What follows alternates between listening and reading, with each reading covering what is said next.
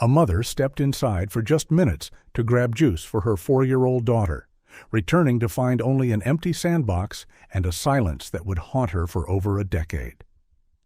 Every possible lead was exhausted while her world remained frozen in that terrible moment.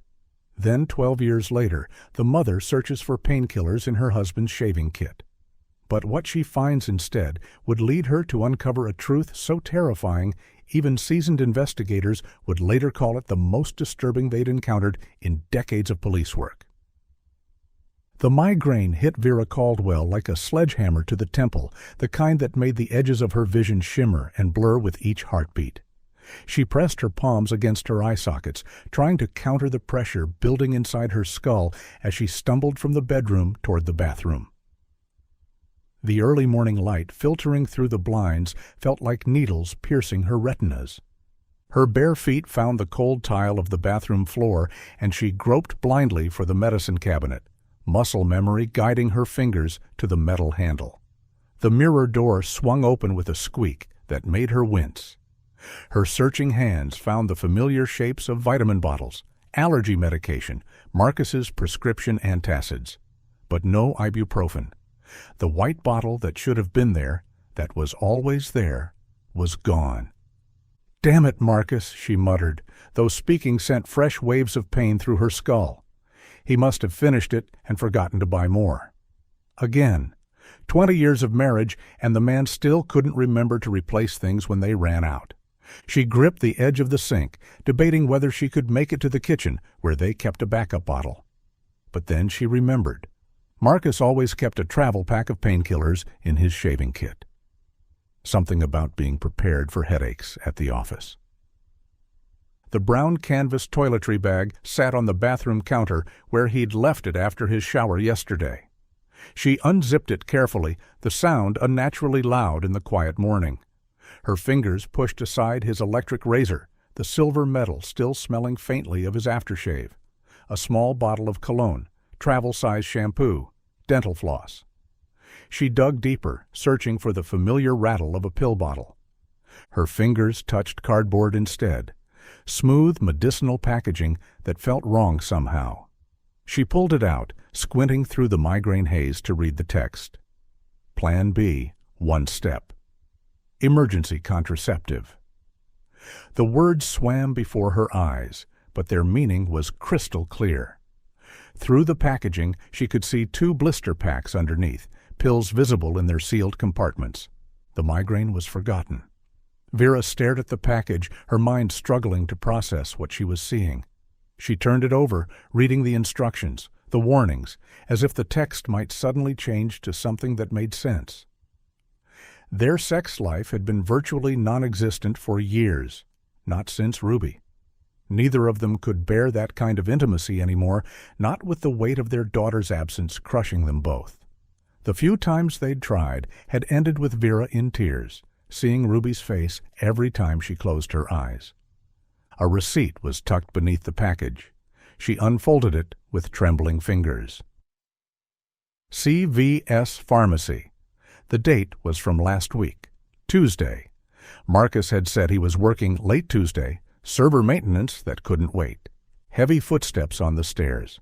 Marcus returning from his morning jog. She could hear his labored breathing, the squeak of his running shoes on the hardwood. Vera stood frozen, the package still in her hand, as he pushed open the bathroom door. He was still in his running shorts and a sweat-stained tank top with horizontal stripes, his face flushed from exertion. His eyes went immediately to what she was holding, and she watched his expression shift from confusion to something else, something sharp and dangerous. "Whose are these?" Her voice came out as a whisper, barely audible. She cleared her throat, tried again. "Marcus, whose pills are these?" The answer seemed obvious. Another woman, someone younger, someone who could give him what she couldn't anymore. Someone who didn't cry when he touched her, who didn't see their dead daughter's face in quiet moments. The betrayal cut deep, but it was almost a relief to have a reason for the distance between them. Marcus moved faster than she expected. He snatched the package from her hands, his face contorting with rage. "You paranoid bitch!" he snarled, and the venom in his voice made her step backward. "Going through my things? This is what you do while I'm trying to keep myself healthy?" "I was looking for ibuprofen." "Bullshit!" His voice thundered in the small bathroom. "You're always looking for problems, always inventing things to be upset about because you can't accept that she's gone." He jabbed his finger at her face, close enough that she could smell the sweat on him. "Ruby is dead, Vera. She's been dead for 12 years, and you're so fucked up about it that you're seeing betrayal everywhere." The words hit like physical blows. Vera felt her knees weaken. This wasn't the guilty stammering she'd expected, the ashamed confession of an affair. This was pure, volcanic fury. "You want to know what I think?" Marcus continued, his face inches from hers. "I think you're losing your goddamn mind. You see me with emergency contraception and immediately assume I'm cheating? Maybe I picked them up for a coworker? Maybe they're not even mine? But no, paranoid Vera has to make everything about her, about how I'm betraying her." His voice dropped to a cruel whisper. "Just like you betrayed Ruby by not watching her that day." The accusation knocked the breath from her lungs. It was the deepest cut he could make, the guilt she carried every day thrown in her face like acid. Marcus stormed past her toward the bedroom. "I've got errands to run. Hardware store. Try not to ransack the house while I'm gone." He yanked open dresser drawers, pulling out fresh clothes with violent movements. "Marcus, please, I just want to understand." He whirled on her again, and for a moment she thought he might hit her. His hand was raised, trembling with rage. "Understand this. You failed as a mother. You couldn't keep our daughter safe in our own fucking backyard, and now you're trying to destroy what's left of our marriage because you can't live with yourself." He grabbed his wallet and keys from the nightstand, shoving past her in the doorway. His footsteps pounded down the stairs, and seconds later the front door slammed with enough force to rattle the windows. Vera sank onto the bathroom floor, her back against the cool tile wall. The house fell silent except for her ragged breathing and the distant sound of Marcus's truck roaring to life in the driveway. Her hands shook as she pressed them against her face, his words echoing in the emptiness. Vera pulled herself off the bathroom floor. The house felt different now, Marcus's words reverberating through her skull like struck bells. The cruelty of his accusation that she'd failed Ruby, failed as a mother, cut deeper than any physical blow could have. But beneath the pain, something nagged at her, a discordant note in the symphony of his rage. She'd seen Marcus guilty before, the time he'd forgotten their anniversary, and she'd found the receipt for flowers hastily purchased at a gas station. The weekend he'd claimed to be at a work conference, but had gone fishing with his brother instead. When caught in those small marital lies, Marcus would go quiet, shoulders slumping, offering stammered apologies and promises to do better. He'd never attacked her, never turned vicious. This morning's explosion felt different, desperate, like a cornered animal lashing out. Vera found herself walking toward his home office, her bare feet silent on the hallway carpet. She paused at the threshold, hand on the doorknob. This room had always been Marcus's domain. He handled all their finances, paid the bills, managed investments. "One less thing for you to worry about," he'd always said, especially after Ruby disappeared. She'd been grateful then, too shattered to care about mundane things like electric bills and mortgage payments. The door was unlocked. He'd left in such a hurry, slamming out of the house like the building was on fire.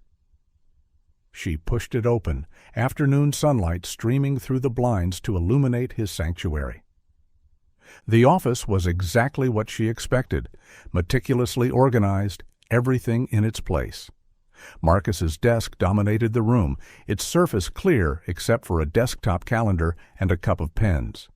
Filing cabinets lined one wall, each drawer labeled in his precise handwriting. Year by year, category by category. The man who couldn't remember to buy ibuprofen kept financial records like a Fortune 500 accountant. She approached the desk slowly, as if it might bite. Crossing this line felt monumental, a betrayal of marital trust. But then she remembered the Plan B pills, the pharmacy receipt from last week, his explosive reaction to being questioned. Her fingers found the handle of the top drawer. Credit card statements organized by month. The current statement lay on top, charges listed in neat columns. She scanned the familiar entries: Shell Station, Kroger, Dunkin' Donuts. Marcus's morning coffee addiction documented in $4.67 increments. Everything looked normal, mundane, until she spotted it. CVS Pharmacy, Millbrook, $63.19. Millbrook was 45 minutes away.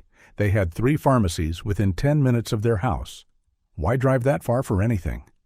Vera pulled out more statements, spreading them across the desk's surface like tarot cards revealing a fortune. Her hands trembled as she traced the entries with her finger. The Millbrook Pharmacy appeared again and again, sometimes once a month, sometimes twice. The amounts varied: $47.82, $91.44, $55.23. She grabbed a pencil from Marcus's cup, circling each Millbrook charge. The repetition formed a pattern spanning months. Too much money for just contraceptives. Far too much. She dug deeper, pulling statements from previous years. The pattern held consistent, Millbrook charges appearing like clockwork. But there was more. Target in Millbrook, $127.34. Kroger in Millbrook, $89.91. Always that same town, always substantial amounts. She started reading the itemized charges where available. Women's deodorant, the brand teenagers favored, feminine hygiene products, bottles of the fruity shampoo she remembered Ruby begging for when she was little, the kind that smelled like strawberries. Children's vitamins. More Plan B pills, purchased regularly. Her mind raced through possibilities. A mistress with a child? A secret family he'd maintained for years? It would explain the products, the distance to avoid recognition, his defensive rage this morning. But the time frame troubled her. These charges went back 3 years at least, long before their marriage had truly fractured. The locked drawer in Marcus's desk had always been forbidden territory. Important documents, he'd said, tax records that need to stay organized. She'd never questioned it, respecting his need for private space, just as he respected her craft room. But now... The key was exactly where she expected, taped beneath the desktop calendar. Marcus was predictable in his habits, secure in the knowledge that she'd never violate his trust. The tape came away easily, the small key warm in her palm. The drawer opened smoothly, revealing hanging files labeled with years. She pushed past old tax returns, their joint returns that she'd signed without reading, trusting Marcus to handle everything correctly. Behind their passports and marriage certificate, tucked at the very back, she found a manila folder that didn't match the others. No label, no year. Inside were utility bills: electric, water, gas. All for 1847 Elm Street in Millbrook. All showing regular usage, the amounts suggesting full-time occupancy. Someone was living there, using power, running water, heating the space. The bills went back years. Vera's phone came out instinctively, camera clicking as she documented everything. Credit card statements, utility bills, the pharmacy charges circled in pencil. Evidence of what? She didn't know yet, but every instinct screamed that something was terribly wrong. A secret rental property would require disclosure, tax documentation. This was something else, something Marcus had hidden completely. Combined with the pharmacy purchases, the feminine products, the Plan B pills, a picture was forming that made her stomach churn. She replaced everything exactly as she'd found it, even retaping the key beneath the calendar.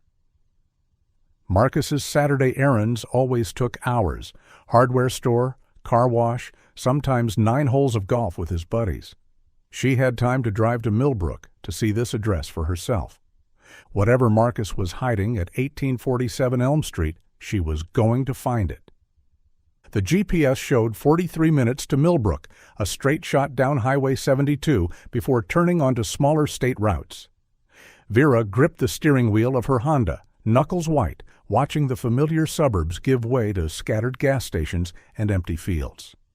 She'd made this drive before, years ago, when Ruby was 2 and they'd gone apple picking at an orchard past Millbrook. Marcus had complained the whole time about the distance, said there were perfectly good orchards closer to home. Now she understood why he knew the area so well. The CVS appeared first, anchoring a tired strip mall between a nail salon and a Chinese takeout place. Nothing special about it. Faded red letters, automatic doors, sale banners in the windows. But this was where Marcus bought those pills, where he'd been coming for years, according to the credit card statements. She slowed, but didn't stop, following her phone's directions deeper into Millbrook. The neighborhoods deteriorated as she drove. Well-maintained colonials gave way to smaller houses with chain-link fences and boats on blocks and driveways. Elm Street was nearly at the town's edge, where residential petered out into industrial lots and woods. Her GPS announced the final turn onto a road that hadn't seen fresh asphalt in decades. The street was potholed like a war zone, forcing her to slow to a crawl. Houses sat far apart here, separated by overgrown lots and the occasional abandoned car. Some properties showed signs of life, laundry on lines, toys in yards. Others stood empty, windows dark, grass grown wild.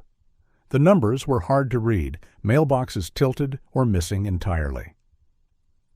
1847 Elm Street squatted at the road's dead end, backed up against a tangle of woods. Vera's first thought was that it looked sick. The small ranch house, probably built in the 60s, judging by the low roofline and narrow windows, seemed to huddle in on itself. Yellow siding had faded to the color of old bones. The front porch sagged in the middle, like a frown. But it was the windows that made her skin crawl, every single one covered from inside. Heavy curtains on some, what looked like newspapers taped up on others. No hint of what lay beyond the glass. The yard told 2 different stories. Weeds had overtaken what might once have been flower beds, growing waist-high in places. A rusty mailbox tilted at the curb, no name, no number visible. But the driveway was different. Fresh tire tracks cut through the gravel, multiple sets overlapping. Oil stains darkened the concrete near the closed garage door, the kind that came from a vehicle parked in the same spot repeatedly. Someone came here, regularly. Vera pulled over 3 houses down, tucking her Honda behind an abandoned pickup truck that provided partial cover. She turned off the engine and sat watching, cataloging details. A new padlock on the chain-link gate, brass bright against the rust-spotted fence. No newspapers in the driveway, no mail overflowing the box. The roof looked sound, no missing shingles or obvious damage. Maintained but hidden, a paradox that made her stomach clench. Were those security cameras under the eaves? She couldn't tell from this distance, but something about the house felt watchful, as if it were holding its breath, waiting. Movement caught her eye. An elderly woman in a housecoat walking a small terrier, making her slow way along the broken sidewalk. Vera made a quick decision, lowering her window as the woman approached. "Excuse me," she called out, manufacturing a friendly smile. "I'm sorry to bother you. I'm looking at properties in the area. My husband and I are thinking of moving. Do you know much about the neighborhood?" The woman's face lit up at the prospect of conversation. She shuffled closer, her dog sniffing at Vera's tires. "Oh, honey, I've lived here 42 years. Used to be a nice area. Very quiet. Still is, mostly." Her eyes darted toward 1847. "You're not thinking of that one, are you? Is there something wrong with it?" "Strange place," the woman said, lowering her voice as if the house might hear. "Man comes and goes at all hours, mostly at night. Drives a dark pickup truck, one of those big ones. Been doing it for years now." Vera's heart hammered. "Have you ever talked to him?" "Tried once, when he first started coming around. Wanted to be neighborly, you know. But he just stared at me until I went back inside. Never said a word. Made me feel—" She shivered despite the warm afternoon. Something's off about him. Always alone, always locking up careful-like. When did he start coming here? The woman's terrier tugged at its leash, eager to continue their walk. Let's see. The property changed hands maybe 14, 15 years ago. Some foreign investor never saw him. The night visitor started showing up soon after. I called the city about the yard a few times, but nothing ever happens. Just the yard bothers you? The woman glanced again at the house, then leaned closer. Sometimes I hear things late at night, machinery running, like construction equipment, but in the morning, nothing looks different. And once? She hesitated. Once I was walking Muffin here late, maybe midnight. She has a weak bladder, you know, and I saw his truck there. Got curious, tried to peek over the fence. What did you see? Nothing. But he must have spotted me because suddenly he was at the gate, just standing there in the dark. Didn't say anything, didn't move, just stared until I hurried home. I don't walk past there at night anymore. Vera's phone rang, shattering the moment. Marcus's name on the screen. She apologized to the woman, who continued on with her dog, casting one more nervous glance at 1847. "Where are you?" Marcus's voice was tight, controlled. The rage from this morning had crystallized into something colder. "Grocery store," Vera lied, surprised at how smoothly it came out. "Picking up things for dinner." "Which store? Too quick? Too sharp?" "The Kroger on Madison." The lie built itself. "They were out of your coffee at the one on 5th. Silence. She could hear him breathing, could picture him processing her words, checking them for deception. "I came home for my wallet," he said finally. "Forgot it this morning." "Oh, well, I should be back soon." "Good. We need to talk about this morning." The threat was subtle, but unmistakable. "I'll be home by 3. "Okay." "Vera?" His voice dropped. "Come straight home." The line went dead. She looked at the time, 1:47. If she left now, she could make it back before him, maintain the lie. But her eyes were drawn again to 1847, to its covered windows and watching presence. She raised her phone, snapping pictures quickly. The house, the fresh tire tracks, the new padlock. Evidence of what, she wasn't sure. But Marcus had stood in this driveway, had used a key on that lock, had disappeared into whatever lay behind those covered windows.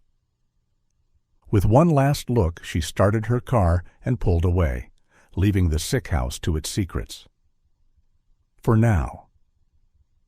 Vera pulled into the garage with minutes to spare, grocery bags hastily grabbed from Kroger to support her lie. Her hands shook as she carried them inside. Milk, bread, Marcus's coffee, the mundane items that proved she'd been where she claimed. The house felt different now, infected by the knowledge of that covered window ranch in Millbrook. She had maybe an hour before Marcus returned. His Saturday errands were predictable. Hardware store for whatever project he'd invented. Car wash, even though the truck wasn't dirty. Sometimes a stop at Home Depot to browse tools he didn't need. The routine had been the same for years, she realized. Always Saturdays, always hours-long absences. Back in his office, Vera moved with purpose now. The filing cabinets held decades of their life together, every document Marcus deemed important. She bypassed the recent years, instinct pulling her deeper into the past.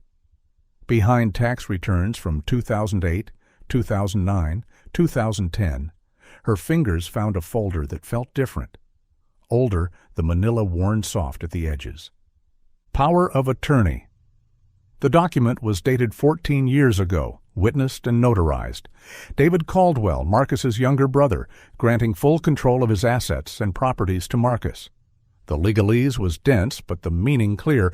Marcus could act as David in all financial matters. Memory flooded back. David, at their dining room table, excited about Thailand. Some import-export opportunity, a chance to finally make real money. He'd been 35 then, still chasing dreams while Marcus had already settled into family life. "Just need someone to watch the rental properties," David had said, sliding papers across to Marcus. collect rent, handle repairs. Few months, maybe a year. Vera remembered teasing him about finding a Thai bride while 4-year-old Ruby colored at the table, tongue poking out in concentration. David had laughed, ruffled Ruby's hair, promised to bring her back a princess dress from Bangkok. 2 houses to manage. That's what Marcus had told her. Nothing complicated. They'd collected rent for a while, checks arriving monthly that Marcus deposited into a separate account. Then he'd said David wanted to sell, easier than managing from overseas.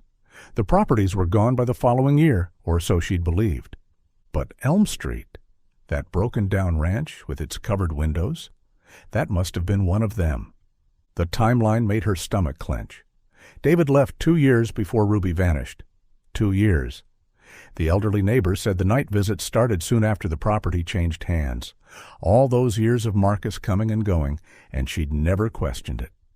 She pulled Ruby's baby book from the shelf where it lived between photo albums. The weight of it, the faded pink cover with its embossed teddy bears, brought tears to her eyes. Inside, her daughter's life documented in careful detail. First smile, first tooth, first steps. The pages after age 4 were blank, waiting for milestones that never came. The last photos were from Ruby's 4th birthday party, their backyard transformed with streamers and balloons, a dozen preschoolers shrieking with joy. Ruby's face covered in chocolate frosting, gap-toothed grin wide as she blew out candles. Marcus beside her, helping with the wish. Then the final picture, taken the day before she disappeared. Vera traced it with her finger. Ruby in the sandbox Marcus had built that spring, wearing her favorite pink shirt with the butterfly print. Her blonde hair caught the afternoon sun like spun gold. She was looking up at the camera, at Vera, with such trust, such perfect happiness. Safe in her own backyard, safe with her parents just inside. Vera forced herself to study Marcus in these photos. His smile reached his eyes then, seemed genuine. The proud father, the devoted husband.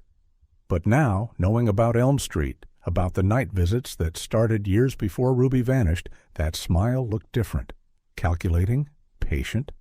Her mind reeled against the forming suspicion. It was impossible, obscene, but the pieces kept clicking together with horrible precision. She found their 2012 calendar in the memory box, preserved because it held Ruby's last scheduled playdate, her final swimming lesson. Marcus's work schedule was marked in his neat handwriting. Day shifts only at the IT firm. Regular hours, home by 6 every evening. The promotion to systems administrator hadn't come yet. But after Ruby disappeared, she flipped forward through the weeks. The frantic first days unmarked, when time had no meaning. Then, 2 weeks after Ruby vanished, when the FBI scaled back their search and the volunteers went home, Marcus's schedule changed. Night shifts appeared. System maintenance, he'd explained, servers that could only be updated when the office was empty. The promotion required it, came with a raise they desperately needed for the private investigator. She'd been too shattered to question it. Grateful even that he could function enough to work while she could barely leave Ruby's room. Back in the filing cabinet, she dug deeper into the power of attorney folder. More documents, transfers she'd never seen. Properties moving from David's name to something called DMC Holdings, LLC. The signatures were Marcus's, perfectly legal with the power of attorney. A web search on her phone showed DMC Holdings dissolved in 2015. No forwarding information, no assets listed. But Elm Street remained somehow. Off the city's books, taxes paid from some phantom account existing in a legal gray zone that let a man visit at night for years without questions. Her phone buzzed. Marcus. On my way home. 15 minutes. Vera's hands moved quickly, photographing the power of attorney, the property transfers, the calendar pages. Evidence of something monstrous taking shape in her mind, but still too terrible to fully acknowledge. She returned everything exactly as found, closed the filing cabinet with a soft click. In the kitchen, she busied herself unpacking groceries, each ordinary item, eggs, juice, cereal, feeling surreal against the horror building in her chest. The house felt like a crime scene now, every room holding potential evidence of something unspeakable. When Marcus's truck rumbled into the driveway, she was ready. Groceries put away, coffee brewing, a wife home from errands. Normal, except for the knowledge burning like acid in her mind. Her husband had kept his brother's property secret for 14 years, visiting at night, buying girls' supplies and emergency contraception. The facts pointed to one impossible conclusion, but her heart couldn't accept it. Not yet, not until she knew what lay behind those covered windows on Elm Street. Vera heard Marcus's truck rumble into the driveway, the familiar sound now sinister with new knowledge. Her mind raced through options. She needed to get back to Elm Street tonight, needed to know what was behind those covered windows. But first, she had to survive whatever came next with Marcus. On impulse, she positioned herself at the bottom of the stairs, gripping the banister. As his key turned in the lock, she let out a sharp cry of pain. "Marcus, thank God you're home. Can you help me?" He appeared in the doorway, filling it with his broad shoulders. Something was different. He'd changed clothes since this morning's explosive exit. The striped tank top was gone, replaced by a clean polo shirt. Fresh cologne couldn't quite mask the sharp scent of sweat underneath. His expression was carefully neutral, but his eyes moved over her with an intensity that made her skin crawl. What happened? His voice held no warmth, just flat inquiry. "I twisted my ankle carrying the groceries in. I think it might be sprained." She shifted her weight, wincing for effect. Marcus approached slowly, each step measured. He wasn't looking at her ankle. His gaze stayed fixed on her face, studying her features like he was reading a map, or looking for lies. "Which ankle?" The question came out sharp. "The left one. I missed the step from the garage." His hands were surprisingly gentle as he helped her to the living room couch, supporting her weight with practiced ease. But the gentleness felt performative, like an actor hitting his marks. Once she was settled, he knelt beside her, fingers probing her ankle through her sock. "Here?" He pressed against the joint. "What about here?" She winced on cue, playing up the pain. His touch was clinical, methodical. "How exactly did you fall?" "Show me the position." My foot turned wrong. Does it matter?" "Everything matters." His eyes bored into hers. "Which grocery store did you go to? The receipt should have a timestamp." "Kroger on Madison, like I told you on the phone." His fingers continued their examination. "Did anyone see you fall? Maybe offer to help?" The questions felt like a test, each one probing for inconsistencies. She kept her answers simple. Plausible? Yes, her ankle hurt. No one saw her fall. Yes, she'd put the groceries away before sitting down. "I'll get you some ice," he said finally, rising to his feet. While he was in the kitchen, Vera's eyes went to the entry table. His keys lay there in their usual spot, but the ring looked different, heavier. Along with the familiar keys, house, truck, office, she counted at least 3 she didn't recognize. One was brass, expensive-looking, from the same high-security brand as the padlock she'd seen on Elm Street's gate. Her phone vibrated, a text from her sister Diane. "Surprise! 20 minutes out, bringing wine and need-girl talk. Marcus better not hog you." Vera's heart sank. The last thing she needed was Diane's chaotic energy complicating an already dangerous situation. But canceling would raise questions, especially if Marcus saw the text. He returned with ice wrapped in a dish towel, kneeling again to apply it to her ankle. This close, she could see details she'd missed before. Fresh scratches across his knuckles, the kind that came from branches or fingernails. One was deep enough to have bled recently. "What happened to your hands?" He glanced down, seeming surprised. "Oh, had to help clear some brush at the hardware store loading dock. New delivery got hung up on some overgrown trees." The lie came so easily, so naturally. How many other lies had she missed over the years? Marcus settled beside her on the couch, closer than necessary. His arm stretched across the back cushions, not quite touching her but marking territory.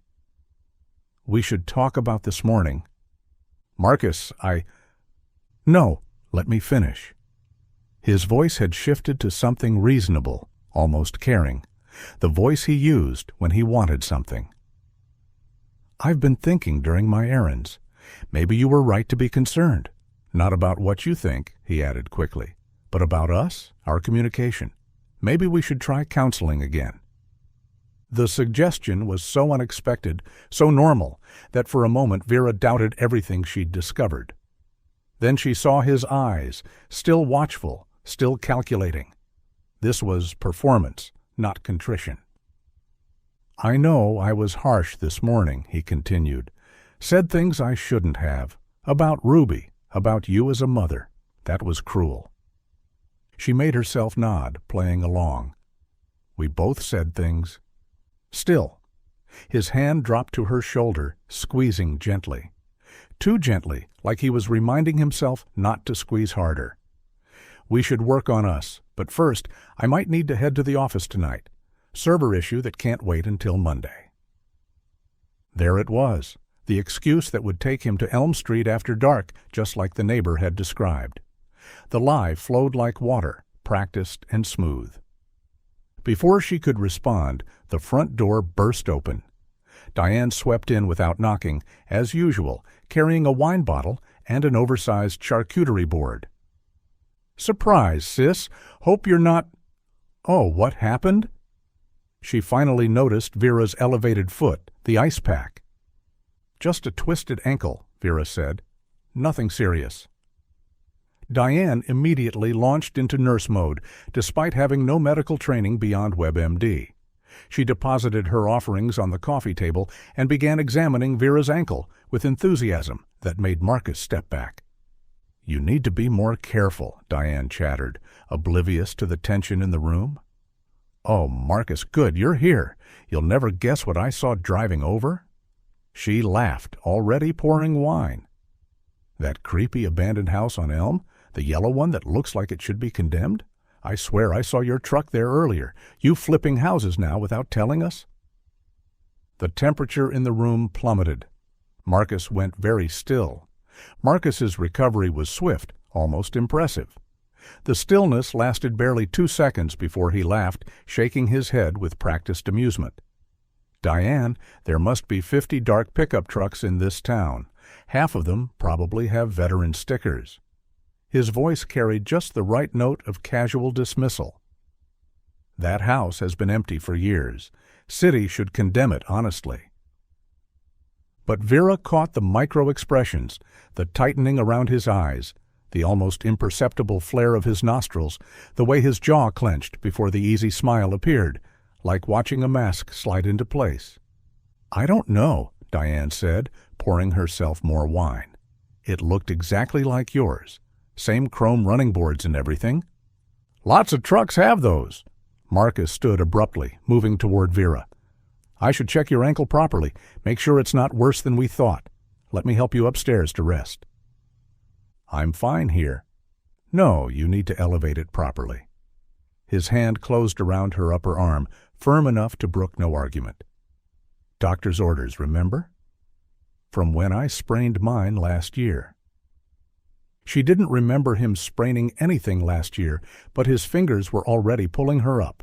The grip wasn't painful exactly, but it communicated clearly. She was coming with him, whether she wanted to or not. "Oh, don't be such a mother hen, Marcus," Diane laughed, still oblivious to the undercurrents. "She's fine on the couch. Besides, I just got here." She took another sip of wine, settling deeper into her chair. "So tell me about this house thing. You know I drove past twice because my GPS went crazy? Kept trying to route me through some closed road. But yeah, second time I definitely saw your truck. Recognized the veteran sticker. The one with the flag that Ruby picked out, remember?" Marcus's fingers tightened involuntarily on Vera's arm. Ruby's name in Diane's mouth seemed to physically pain him. "You must be confused," he said, but the dismissal came too quick, too sharp. unlike the Marcus who usually humored Diane's stories, who played the patient brother-in-law. "Maybe you should head home before traffic gets bad. You know how 495 gets on Saturdays." Diane blinked at the abrupt suggestion. "It's barely 4 o'clock." "Still," Marcus's voice carried an edge now. "Vera needs rest, and—" "Actually, I need to use the bathroom first," Vera interrupted, pulling away from his grip. Something passed between the sisters, a lifetime of silent communication that excluded Marcus. Diane's eyes narrowed slightly, finally picking up on the tension. "No rush here," Diane said, deliberately pouring more wine. "So, Marcus, this coworker who's interested in real estate, anyone I know? Maybe I can give them some tips. You know I helped the Johnsons when they bought that flip." Marcus's explanation came out tangled, too detailed and yet making no sense. Tom from accounting, or was it Tim from systems? Looking for investment properties, or maybe a fixer-upper to live in? The story shifted with each sentence, technical real estate terms jumbled with IT jargon. Vera noticed the scratches on his hands as he gestured, one still beating fresh blood that he absently wiped on his jeans. She escaped to the bathroom, locking the door behind her. Her hands shook as she pulled out her phone, dialing 911 with fumbling fingers. 911, what's your emergency? Please, she whispered, turning on the faucet to mask her voice. I think my husband is holding someone captive. A house at 1847 Elm Street in Millbrook. You need to send someone now. Ma'am, can you speak up? Are you in immediate danger? I think he might have our daughter there. She disappeared 12 years ago when she was 4. Ruby Caldwell. Please, check your records. He's been going to this house for years, buying girls' supplies, Plan B pills. Ma'am, that's a very serious accusation. What evidence do you have? The words tumbled out. Property records, credit card statements, the neighbor's testimony about night visits. Even to her own ears it sounded fragmented, the paranoid ramblings of a grieving mother. We can send a patrol car to check the property, the operator said, professional but skeptical. But without concrete evidence of a crime in progress. A sharp knock rattled the door. Vera? Everything okay in there? Marcus's voice too close, like he'd been listening. Fine. Just a minute. She flushed the toilet, ran water in the sink. To the operator, please, just check. 1847 Elm Street. Please? She ended the call, splashing water on her face before opening the door. Marcus stood inches away, close enough that she had to press against the doorframe to avoid touching him. His eyes searched her face with an intensity that made her skin crawl. You were in there a while. Stomach's upset, must be stress from the ankle. His gaze dropped to her hands, steady now, then back to her face. Who were you talking to? What? No one. I wasn't. I heard voices, Vera. His tone was conversational, but his body blocked her exit. Were you on the phone? From the living room, Diane's voice rang out cheerfully. I'm ordering pizza. What does everyone want? Marcus, I know you hate mushrooms. The mundane question shattered the moment. Marcus stepped back just enough for Vera to squeeze past, but his hand found the small of her back, guiding her with false solicitude back to the living room. The touch felt like a threat. Diane had her phone out, pizza app open. There's this new place that delivers. Reviews are amazing. Vera, your usual veggie supreme? Sounds good, Vera managed, sinking onto the couch. Marcus immediately sat beside her, closer than necessary, his arm settling around her shoulders. To Diane, it probably looked affectionate. To Vera, it felt like being held in place. I really do need to head to the office soon, Marcus said, checking his phone for the 3rd time in as many minutes. Critical server issue. Can't wait until Monday. Oh, what kind of issue? Diane perked up. You know I do IT consulting now, right? Maybe I can help. Marcus's explanation fell apart almost immediately. He mentioned SQL databases when he meant servers, confused Linux commands with Windows protocols. For someone who'd worked in IT for 15 years, the errors were glaring. Diane's eyebrows rose with each mistake. "That doesn't sound right," she said slowly. "Are you sure you—" Marcus's phone buzzed. He grabbed it quickly, too quickly, turning the screen away as he typed. His jaw was tight, fingers flying over the keyboard with urgency. Texting someone? Warning someone? The horrific possibility crashed over Vera like ice water. If Ruby was alive, if she was at that house, was Marcus telling her to hide? To stay quiet when the police came? Her daughter might be 45 minutes away, might have been that close for 12 years, and he was warning her that Mommy was getting too close to the truth. She stood abruptly, the room spinning. "I need some air." Marcus rose with her, inevitable as gravity. His hand found her elbow, steadying or restraining. She couldn't tell which anymore. "You should rest," he said. "You're not looking well."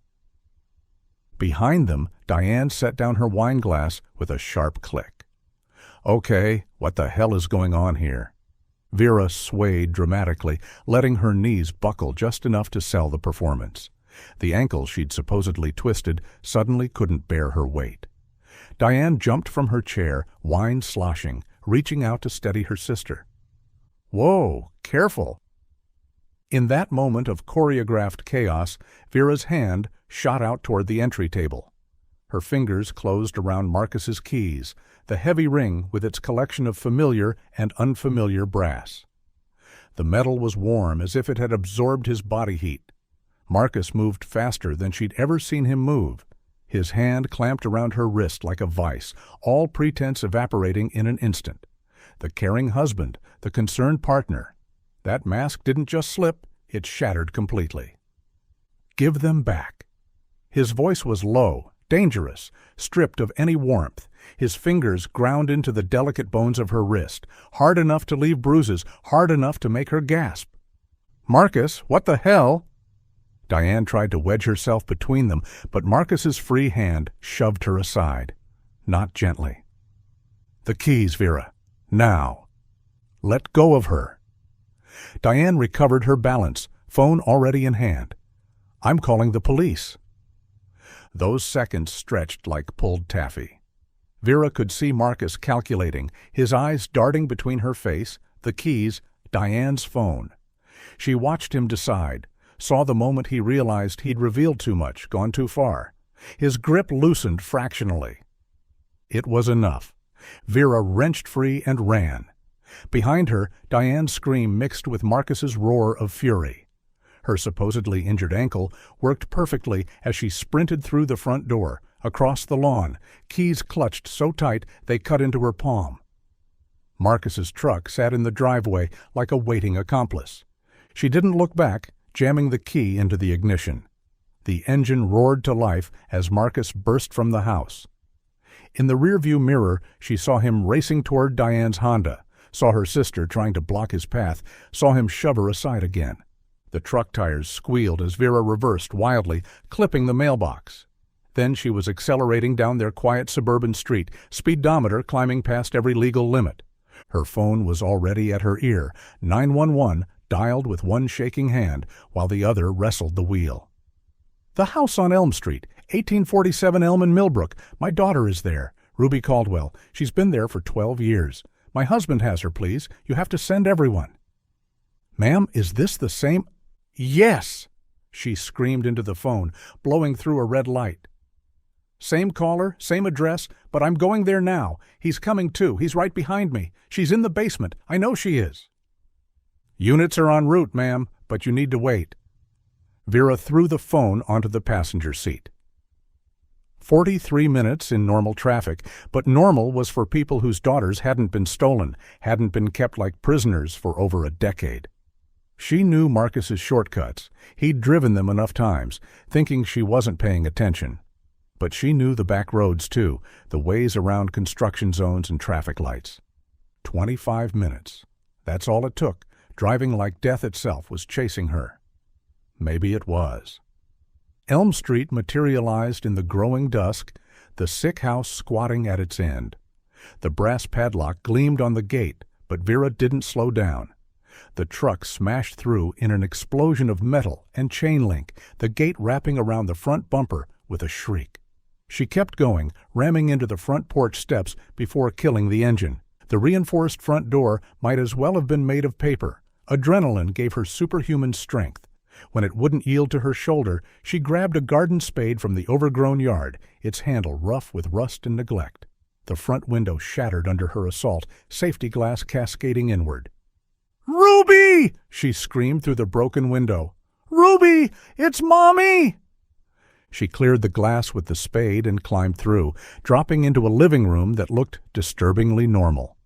Dated furniture, clean surfaces, a TV from the early 2000s. Like a time capsule. But the industrial deadbolts on every interior door told a different story. Kitchen. She moved on instinct, finding a space that should have been ordinary, but felt like a facade. Everything too clean, too organized.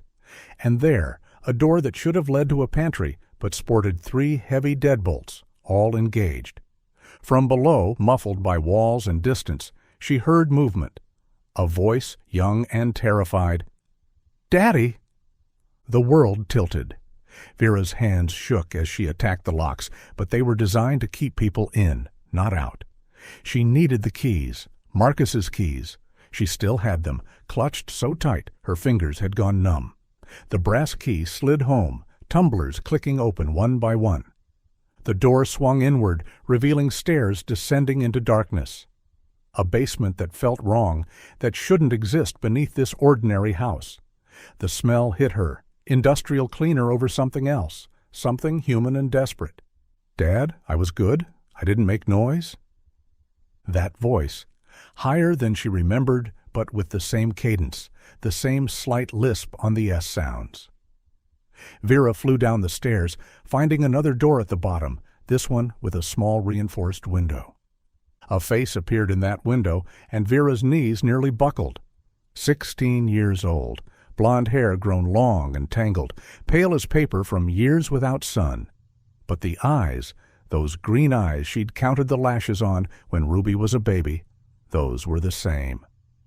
"Ruby, oh God, Ruby, it's Mommy. I'm here to take you home." The girl, because she was a girl now, not the toddler stolen from their backyard, shrank back from the door. Fear twisted her features, the kind of bone-deep terror that came from years of conditioning. "I don't know you. Where's Daddy? He said no one was allowed down here. I've been good. I promise I've been good." Vera's heart shattered. She attacked the door with the spade, wood splintering under her assault. Behind the door, Ruby cowered in the corner, hands over her ears, keening like a wounded animal. Heavy footsteps on the stairs. Marcus, breathing hard, his face twisted with rage and something else. Possessiveness. "You don't understand," he panted, reaching for her. "She's sick. She needs special care. I protected her from the world, from people who would hurt her." "You stole her!" Vera swung the spade in a wide arc, catching him across the temple. "You stole our baby!" He staggered but didn't fall, blood running down his face. "She's mine. I saved her. I kept her safe." His hands reached for her throat, but sirens were screaming outside now. Police voices, boots on floorboards above. Marcus froze, looking between Vera and the door where Ruby huddled, and she saw him make one last calculation. "Ruby, remember what Daddy taught you," he called out. "Remember our lessons." Then the police were there, weapons drawn, shouting commands. Marcus dropped to his knees, hands behind his head, but his eyes never left the door, never left his prisoner. They had to cut the door open. Inside, they found 12 years of horror disguised as care. A small bed with restraints. A chemical toilet. Textbooks for homeschooling, progressing from kindergarten through high school. Bottles of pills, sedatives, antipsychotics, birth control. The Plan B packages, used and discarded. And Ruby, alive but shattered, asking why they were hurting her daddy. Begging them to let him go. Promising she'd been good, So good, she hadn't tried to leave even when the door was open. Because after 12 years, she'd forgotten there was anywhere else to go. The psychiatric wing of Millbrook General Hospital felt like another world. Sterile white walls, locked doors with reinforced glass, the distant sound of someone crying. Vera stood at the observation window, hands pressed against the cold surface, watching the stranger who was her daughter. Ruby sat on the narrow bed, knees drawn to her chest, arms wrapped tight around them. She rocked in a rhythm that seemed both soothing and desperate. Still wearing the same clothes they'd found her in, a faded t-shirt that had been washed too many times, sweatpants that didn't quite reach her ankles anymore. Someone had tried to brush her tangled blonde hair, but she'd fought them off. "She won't let any of the female staff near her," Dr. Patel, the trauma specialist, said softly beside Vera. "Only male officers and doctors. She keeps asking when her father is coming to take her home, asking if she's in trouble for talking to strangers, meaning you and the police." Vera's throat constricted. She called him Daddy. Even when she was terrified, she called for him. Stockholm Syndrome, in its most extreme form, combined with 12 years of conditioning, isolation, and— Dr. Patel paused, choosing her words carefully. Complete psychological control. In her mind, Marcus isn't her captor. He's her protector, her whole world. We're the threat. Detective Morrison approached, holding a tablet. She was a woman in her 50s, with kind eyes that had seen too much. "Mrs. Caldwell, I need to show you some things we found. It's difficult, but it might help you understand what Ruby's been through." They moved to a small conference room. The detective pulled up images on the tablet. Not the worst ones, she assured quickly, just evidence they needed to discuss. A locked room on the second floor of the Elm Street house had yielded hundreds of photographs. Children at playgrounds, schools, public pools. All taken from a distance, all focusing on girls between the ages of 3 and 6. "Some of these go back 20 years, Morrison said. "Long before Ruby was born. We've checked. No other missing children match these photos. Your daughter appears to have been his only victim, but he was planning," Vera finished, nausea rising. Waiting. His own daughter was the easiest target, already in his house, already trusting him. Morrison swiped to another screen. "We found journals, detailed accounts starting when Ruby was 2. He was already grooming her, teaching her that his attention was special, that secrets were normal. By the time he took her, she'd been programmed to accept it." The Plan B pills finally made their horrible sense. Morrison explained it clinically, but the reality was monstrous. Ruby had started menstruating at 11. Marcus couldn't risk pregnancy exposing his secret, so the monthly pharmacy trips began.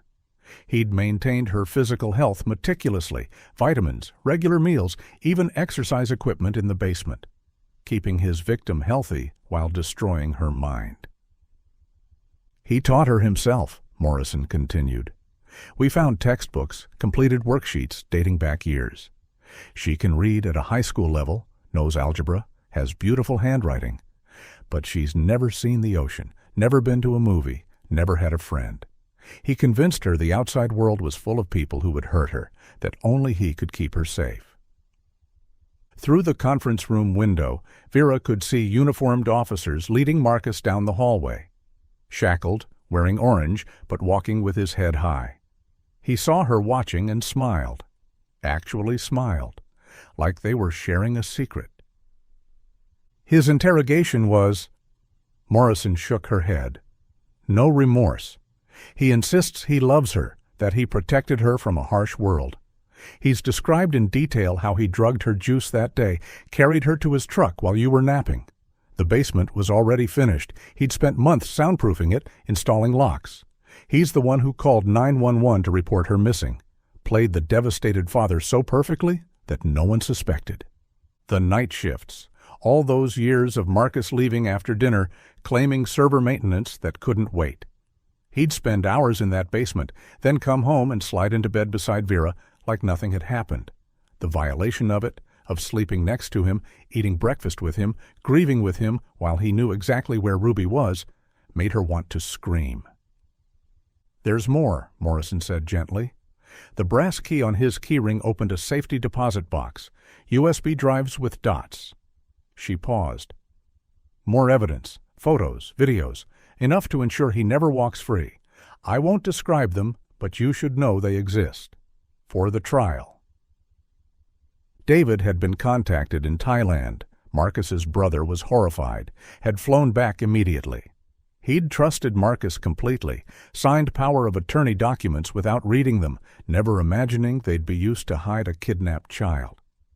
The legal complexities would take years to untangle, but David had already hired lawyers to transfer everything to Vera, to help however he could. "Can I see her?" Vera asked. "Can I try?" Dr. Patel hesitated. "We can try, but please understand, she doesn't remember you. She was 4 when taken. In her mind, her mother is dead. Marcus told her you went to heaven, that you're watching from above, but can never come back." They walked back to Ruby's room together. Through the window, a male nurse was bringing her lunch. She ate mechanically, eyes downcast, answering his gentle questions in monosyllables. When he left, she returned to her position on the bed, knees up, rocking. Vera entered slowly, Doctor.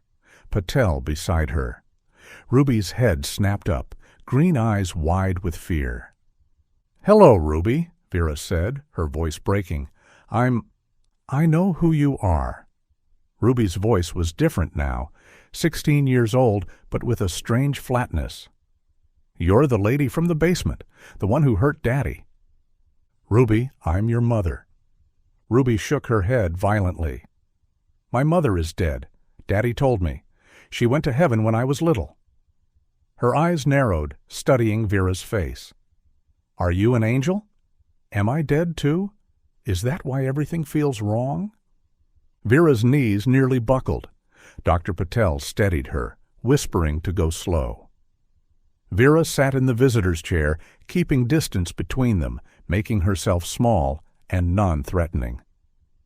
"You're not dead, sweetheart, and I'm not an angel. I'm your mom, and I've been looking for you for 12 years. Every single day I've been looking." "Daddy said you stopped loving me. That's why you went to heaven." "That's not true. I never stopped loving you. Not for 1 second." Ruby was silent, processing. Then, in a smaller voice, "When is Daddy coming back?" The question shattered what remained of Vera's heart. Dr. Patel stepped in, explaining gently that Ruby would be staying here for a while, that her daddy had to go away. Ruby's keening wail could be heard 3 rooms down. Later, after sedation, after Ruby finally slept, Dr. Patel walked Vera out. The prognosis was guarded, but not hopeless. Years of therapy lay ahead. Possible regression. Learning to exist in a world she'd been taught to fear. Trust would come slowly, if at all.